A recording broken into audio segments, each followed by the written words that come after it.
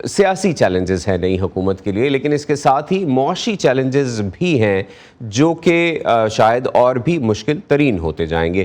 نگران حکومت کے آتے ہی ملک میں پیٹرولیم مصنوعات کی قیمتوں میں اضافے سے عام عوام مزید پریشان ہو گئے ہیں۔ پیٹرول کی قیمتیں عام لوگوں کی زندگیوں پر کیا اثر ڈالتی ہیں؟ ہمارے نمائندے محمد ثاقب نے کراچی میں عام لوگوں سے اس کے بارے میں بات کی۔ جن کا 10 گاڑی پروٹوکول ہو، جن کا جو ہے وزیر ہو، جن کے کھانے پینے اچھے ہو، اور عوام کو بھوکی مر رہی ہو روڈ کے اوپر، وہ کیا کرے گی؟ اللہ اس لوگوں کو ہدایت دے گا، غریبوں کا سوچے تو۔ اب ہم لوگ تو اور کچھ بول ہی نہیں سکتے، نہ اس کو ہاتھ ڈال سکتے، نہ کچھ کر سکتے۔ یہی اپنا محنت کر کے رات کو کمانا ہے، تو نہیں ہے تو تیرے کو پتہ ہے پھر بھوکا سوئے گے۔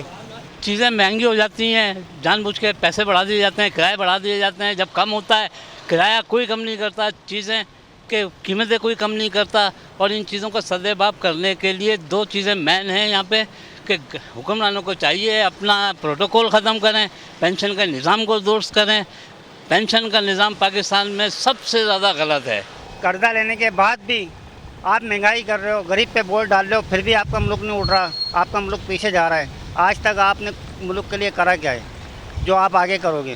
تو میں حکومت کو یہی بولوں گا کہ لہٰذا ہم پہ رحم کریں۔ ہاتھ جوڑ کے میں ان سے اپیل کرتا ہوں کہ غریب پہ رحم کریں، غریب کو کھانے دیں، اور نہیں کھانے دے سکتے تو بھائی ایک ہی دفعہ ان کو مار دیں، جان چھوٹ جائے گی۔ کوئی بچتا نہیں ہے کچھ بھی گھر پہ، جو جاب سے سیلری آتی ہے کچھ بچتا نہیں ہے۔ سر ہمارے کو پہلے 500-600 روپے 700 روپے بچ جاتے تھے پارٹ ٹائم میں، اور ابھی جو ہے نا ہمارے کو 300 بھی مشکل سے بچتے ہیں۔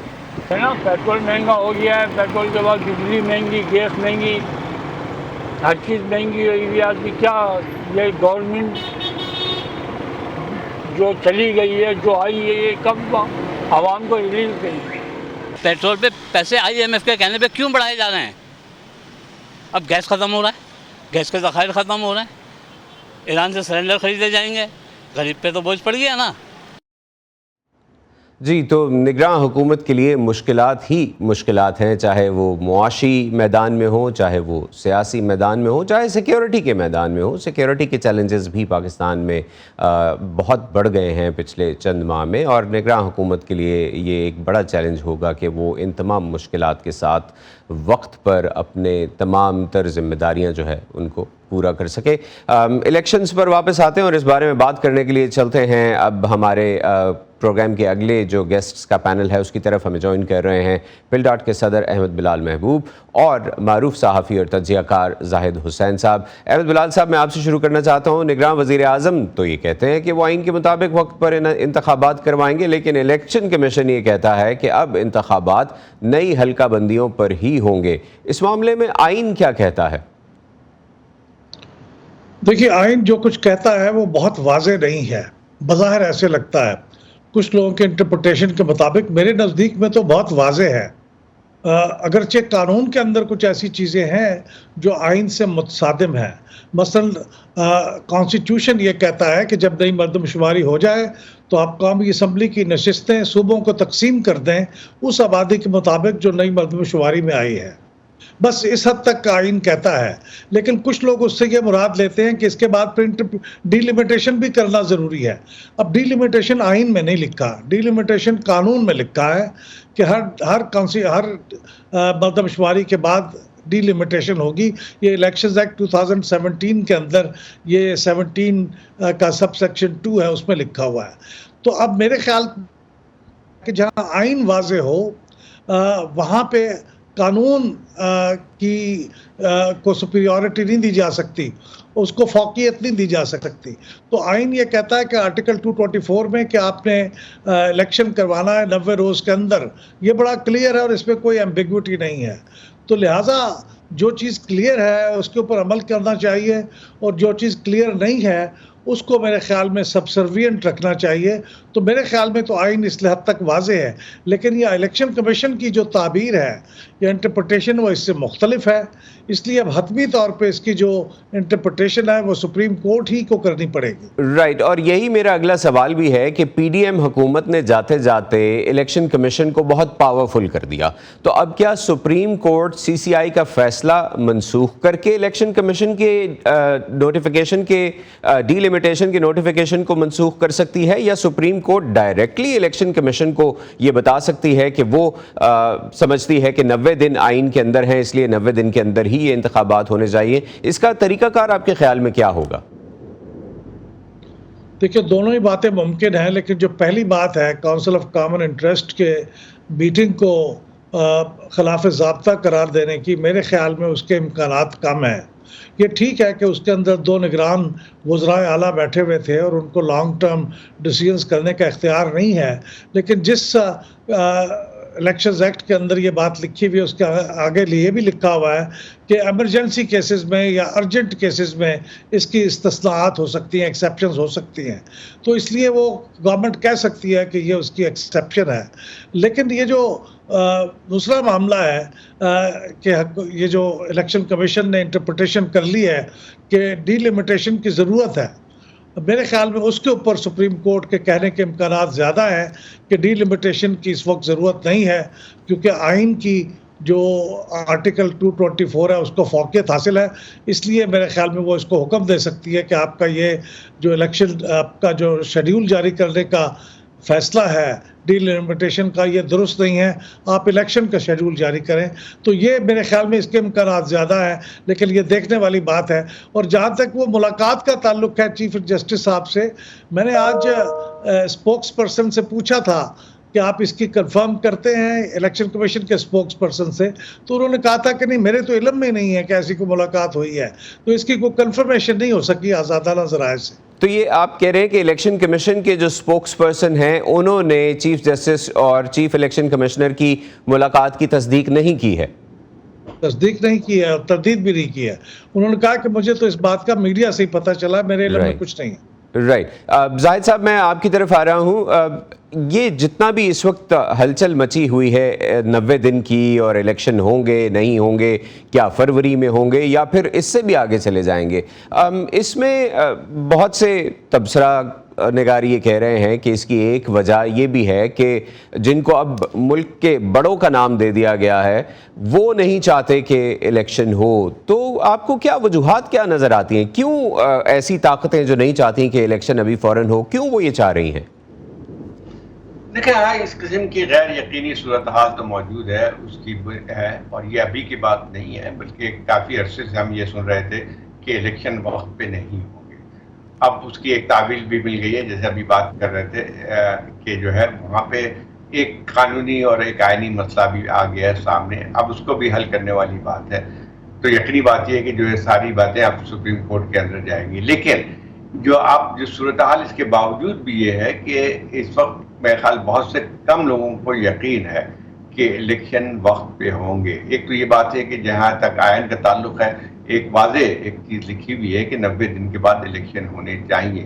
اب یہ جو مسئلہ ڈیلیمیٹیشن کا ہے، لیکن بہت سے لوگوں کا خیال یہ ہے کہ یہ شاید جو فروری اور مارچ سے بھی آگے بات نکل جائے گی۔ پاکستان میں اس قسم کی غیر یقینی صورتحال جو ہے پہلے بھی ہوتی رہی ہے، لیکن اب زیادہ شدت کے ساتھ اس لیے بھی آ رہی ہے کہ جو سیاسی صورتحال ہے اس میں بھی نظر یہ آ رہا ہے کہ کیا وہ الیکشن کروائیں گے وقت پہ ہوگا یا نہیں ہوگا۔ ایک اور چیز بھی آتی ہے کہ دیکھیں اس میں پی ڈی ایم کی جو پارٹیاں ہیں ان کے اندر بھی بہت سارے جو اختلافات اس سلسلے میں موجود ہیں۔ آپ کو یاد ہوگا کہ مولانا فضل الرحمان نے ایک دفعہ بیان دیا تھا کہ 1 سال کے بعد الیکشن ہونے چاہیے۔ اسی طرح سے جو ہے مسلم پی ایم ایل این کے بہت سے جو لیڈران ہیں ان کی طرف سے بات آ رہی تھی کہ مارچ سے پہلے تو الیکشن ہو ہی نہیں سکتے ہیں۔ تو اب مسئلہ یہ آتا ہے کہ یہ جو ہے کنفیوژن اس وجہ سے بھی سارا پھیل رہا ہے، لیکن میرا اپنا ذاتی خیال یہ ہے کہ اگر فرض کیجئے کوشش یہ کی جاتی ہے کہ انتخابات کو ملتوی کیا جائے یا اور لمبے عرصے تک کے لیے کیئر ٹیکر گورنمنٹ ہو، تو میرے خیال جو موجودہ صورتحال ہے، سیاسی صورتحال ہے، اس میں ممکن نہیں ہو سکتا ہے۔ ہو سکتا ہے کچھ لوگوں کی خواہش ہو، ہو سکتا ہے کچھ ایسے حلقے ہوں، ادارے ہوں جو سمجھتے ہوں کہ تھوڑی سی لمبی مدت کے لیے جو ہے کیئر ٹیکر حکومت ہونی چاہیے، تو لیکن یہ کہ خواہش اپنی جگہ پہ، لیکن زاہد صاحب کیوں ایسی خواہش کیوں ہے؟ آپ کو کیا لگتا ہے کیوں ہے یہ خواہش؟ کیوں ایسے جو طاقتیں ہیں وہ کیوں چاہتی ہیں کہ الیکشن ڈیلے ہوں؟ لیکن میں یہ حتمی طور پہ تو نہیں کہہ سکتا ہوں کہ ان کو وہ چاہیے، لیکن جو آثار نظر آتے ہیں اس میں 2 بنیادی چیزیں ہیں۔ ایک تو یہ ہے کہ جو طریقہ کار اختیار کیا گیا ہے کیئر ٹیکر گورنمنٹ کو، جو خاص طور پہ جو اس کے وزیر اعظم کو منتخب کرنے کا، وہ تو ہمیں سب کو پتہ ہے کہ جو ہے عام طور پہ آئین کے تو یہ کہتا ہے کہ لیڈر آف دا اپوزیشن اور لیڈر آف دا ہاؤس اس کو منتخب کریں گے، لیکن یہ ہے کہ یہ معلوم یہ ہوا کہ اچانک ایک ایسا نام آ گیا جس کی کسی کی پہلے سے امید نہیں کی جاتی تھی، اور اس کے ہمیں صاف نظر آتا ہے کہ یہ نام جو ہے نہ ہی لیڈر آف دا اپوزیشن کی طرف سے تھا اور نہ ہی لیڈر آف دا ہاؤس کی طرف سے تھا، بلکہ یہ نام کہیں اور سے مقتدر حلقے کی طرف سے آیا تھا۔ اب اس چیز کی وجہ سے اور زیادہ ایک جو آپ کہتے ہیں کہ غیر یقینی صورتحال پیدا ہوئی کہ مقاصد کیا ہیں اس کے۔ دوسری ایک اور بات بھی جو کہا جاتا ہے کہ جو ہے سیاسی اقتصادی صورتحال ملک کی ایسی ہے کہ اس کو ضرورت ہے کہ ایک لمبے عرصے کے لیے کیئر ٹیکر حکومت آئے۔ زاہد صاحب، کیا یہ اقتصادی صورتحال کی ہی وجہ ہے کیونکہ مشکلات بہت ہیں اور نگراں حکومت کے لیے سخت معاشی فیصلے کرنا زیادہ آسان ہوگا جس کے باعث مہنگائی مزید بڑھ جائے گی، تو کیا سیاسی جماعتوں نے اپنا دامن بچانے کے لیے یہ پلان اختیار کیا ہے؟ دیکھیں، سیاسی جماعتوں نے تو میں خیال کچھ لوگ شاید چاہتے ہوں گے، لیکن یہ سیاسی جماعتوں کا فیصلہ نہیں ہوگا، کیونکہ اگر یہ بات بھی آتی ہے کہ سیاسی جماعت بھی یہ بات دیکھتی ہیں، ٹھیک ہے وہ یہ نہیں چاہتی ہیں کہ وہ سخت فیصلے ان کی حکومت کے دوران ہوتے، لیکن یہ جو سخت فیصلے ہو گے بھی کیئر ٹیکر کے زمانے میں تو وہ بھی اس کا الزام جو ہے وہ سیاسی جماعتوں ہی پہ آئے گا۔ تو اب یہ کہ اسے اس طرح سے بچا بھی نہیں جا سکتا۔ دوسری بات یہ دیکھیں، یہ ایک پرانی ہم آواز سنتے رہے کہ اس قسم کی کوئی حکومت ہونی چاہیے جس کی اسٹیبلشمنٹ کی پشپناہی پہ کیئر ٹیکر ایسی گورنمنٹ ہے جو کہ وہ سخت فیصلے کر سکے۔ لیکن ایک اور بات بھی آتی ہے کہ سخت فیصلے اگر ایک ایسی نان ریپرزینٹیٹیو حکومت اس کو کرتی بھی ہے تو اس کی کوئی لیجیٹیمیسی رہتی ہی نہیں ہے۔ سخت فیصلے اگر کرنے بھی چاہیے تو اس کو کرنے چاہیے جو کہ منتخب ہو کے آئیں تاکہ ایک حد تک اس کو اعتماد بھی ہو۔ اور یہ کہنا کہ یہ کیئر ٹیکر گورنمنٹ چونکہ الیکشن میں حصہ نہیں لے گی، چاہے وہ کسی کو جواب دہ نہیں ہے تو وہ فیصلے کر سکتے ہیں، لیکن آپ مجھے بتائیے اس کے فوراً بعد کیا نتائج لیں گے؟ جو نہیں آئندہ حکومت آئے گی تو اس کے اوپر سارا ملبہ گرے گا۔ جی، سخت فیصلوں کا بھی جیسے آپ کہہ رہے ہیں کہ سخت فیصلے اگر ابھی لے بھی لیے جاتے ہیں تو ایونچولی تو جو منتخب حکومت آئے گی اسی کو آ کے ان فیصلوں کا لوڈ بھی لینا ہوگا اور آگے معاملات کو چلانا ہوگا۔ احمد بلال صاحب، Khyber Pakhtunkhwa P T I کی بیس کی وجہ سے پاکستان کی سیاست میں ایک انتہائی اہم صوبہ بن چکا ہے۔ خیبر پختونخوا کی نگران کابینہ ایک ہفتہ گزر جانے کے باوجود نہیں بن سکی کیونکہ نگران وزیر اعظم نے کابینہ میں سیاسی شخصیات کو نہ لینے کا فیصلہ کیا ہے۔ یہ صورتحال کس طرف اشارہ کر رہی ہے؟ دیکھیں، یہ تو خیبر پختونخوا کی حکومت یہ فیصلہ اس لیے کر رہی ہے کہ الیکشن کمیشن کی طرف سے براہ راست ان کو یہ احکامات دیے گئے تھے کہ وہ لوگ جن کی پولیٹیکل ایفیلیشنز ہیں ان سے آپ استعفے طلب کریں۔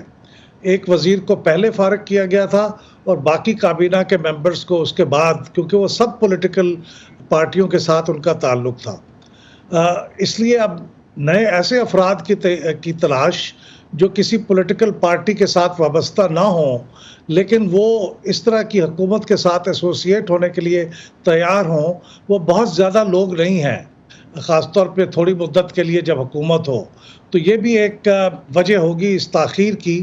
لیکن ایک اور کنفیوژن بھی ہو گیا ہوگا کہ اب مرکز میں جو اس وقت فیڈریشن کے لیول پہ جو کیئر ٹیکر گورنمنٹ بنی ہے اس میں بہت سے لوگ ایسے ہیں جن کی پولیٹیکل ایفیلیشنز رہی ہیں، تو کیا اب وہ خیبر پختونخوا کی حکومت بھی یہ سوچ رہی ہوگی کہ کیا ہمیں الیکشن کمیشن سے کوئی وضاحت طلب کرنی چاہیے کہ نیوٹرل کیا ہوتا ہے؟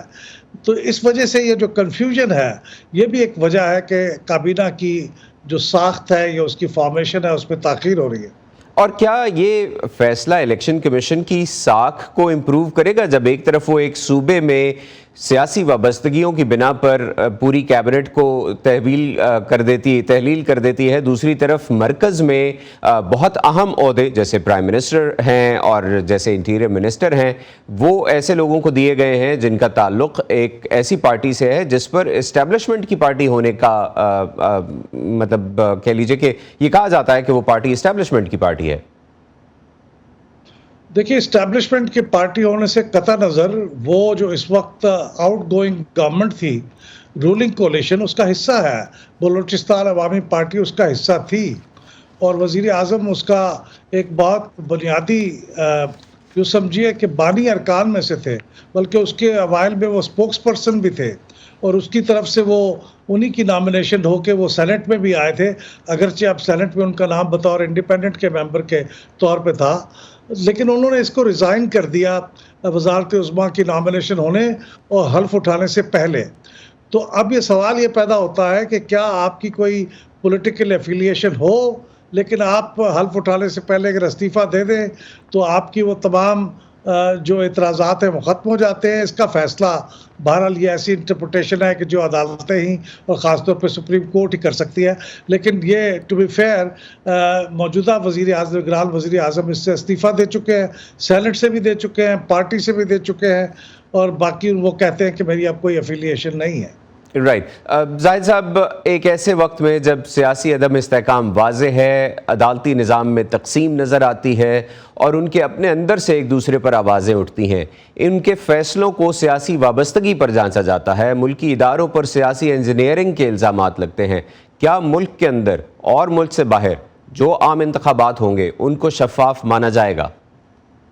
دیکھیے، ایک بنیادی چیز جو تھی، جو پہلے تو یہ نہیں ہوتا تھا، کیئر ٹیکر گورنمنٹ کا کوئی رواج نہیں تھا، لیکن اس کی لانے کی ایک سب سے بنیادی وجہ یہ تھی کہ ایک ایسی حکومت ہو جو کہ نان پارٹیزن ہو، جس سے وابستگی کسی بھی جماعت کے ساتھ نہیں ہو، تاکہ الیکشن صاف اور ستھرے ہو سکیں۔ لیکن میرا خیال یہ ہے کہ اس انٹرم گورنمنٹ کے متعلق تو یہ نہیں کہا جا سکتا ہے کہ وہ غیر جانبدار ہے۔ اس کی جانبداری بہت واضح موجود ہے۔ وزیر اعظم صاحب کے متعلق بات جو ہوئی ہے اس میں ایک صحیح ہے کہ جو انہوں نے وزیر اعظم بننے کے بعد استعفیٰ دیا، لیکن ان کی ایک سیاسی ایک وابستگی واضح طور پہ ایک سیاسی جماعت کے ساتھ تھی، اور اس کے بعد جو ہے اگر آپ اعلان بھی کر دیتے ہیں تو اس کی کوئی حیثیت نہیں بن کے آتی ہے۔ اسی طرح سے اور اس کے علاوہ بھی ایک اور چیز بھی آتی ہے کہ دیکھیں، پاکستان کی سیاست میں ہم سب جانتے ہیں کہ اسٹیبلشمنٹ کی ایک حیثیت ہے، اور جب کوئی اسٹیبلشمنٹ کی طرف سے کوئی نام نہ ہوتا ہے تو اس کا مطلب یہ ہوا کہ اس کی غیر جانبداری مشکوک ہو جاتی ہے، کیونکہ جب ہم صرف سیاسی جماعتوں کے ساتھ وابستگی ہی کوئی جو ہے جانبداری اور غیر جانبداری نہیں دیکھ سکتے ہیں، لیکن اگر ایک ادارے کی طرف سے بھی کسی کو وزیر اعظم کے طور پہ نامزد کیا جاتا ہے اور اس میں پوری کیبنٹ میں بھی اس کی چھاپ نظر آتی ہے، تو میں سمجھتا ہوں کہ یہ جو کانسیپٹ جو تھا اور جو ایک جواز بھی جو تھی اس کے انٹرم گورنمنٹ کی، وہ تو ختم ہو چکی ہے۔ یہ کسی طور پہ بھی یہ انٹرم گورنمنٹ جو ہے وہ نان پارٹیزن نہیں ہے۔ اب سوال یہ پیدا ہوتا ہے کہ جو کچھ آپ نے ابھی اس کی بات کی خیبر پختونخوا کی، تو الیکشن کمیشن کو جو ہے 8 مہینے بعد کیوں یاد آئی؟ پورے 8 مہینے تک جو ایسی حکومت کرتی رہی جو کہ دیکھا جائے تو وہ جو ہے پی ڈی ایم کی ایکسٹینشن حکومت تھی، جو کہ کسی طور پہ بھی جو بھی قانون تھا یا جو ہے جو کلاس سے جو پروویژن تھی انٹرنل میں، اس کو پورا نہیں کرتی تھی۔ تو یہ بات تو ہمیں یعنی قانون اور آئین کی بات جو ہے وہ تو اب بہت پیچھے رہ گئی ہے پاکستان میں۔ اس کا تو ایسا لگتا ہے کہ اس کی کوئی حیثیت نہیں ہے۔ ضیاء الحق کہا کرتے تھے کہ آئین کی حیثیت جو ہے ایک کاغذ کے ٹکڑے کی طرح ہے اور اس کو میں کبھی بھی پھاڑ سکتا ہوں۔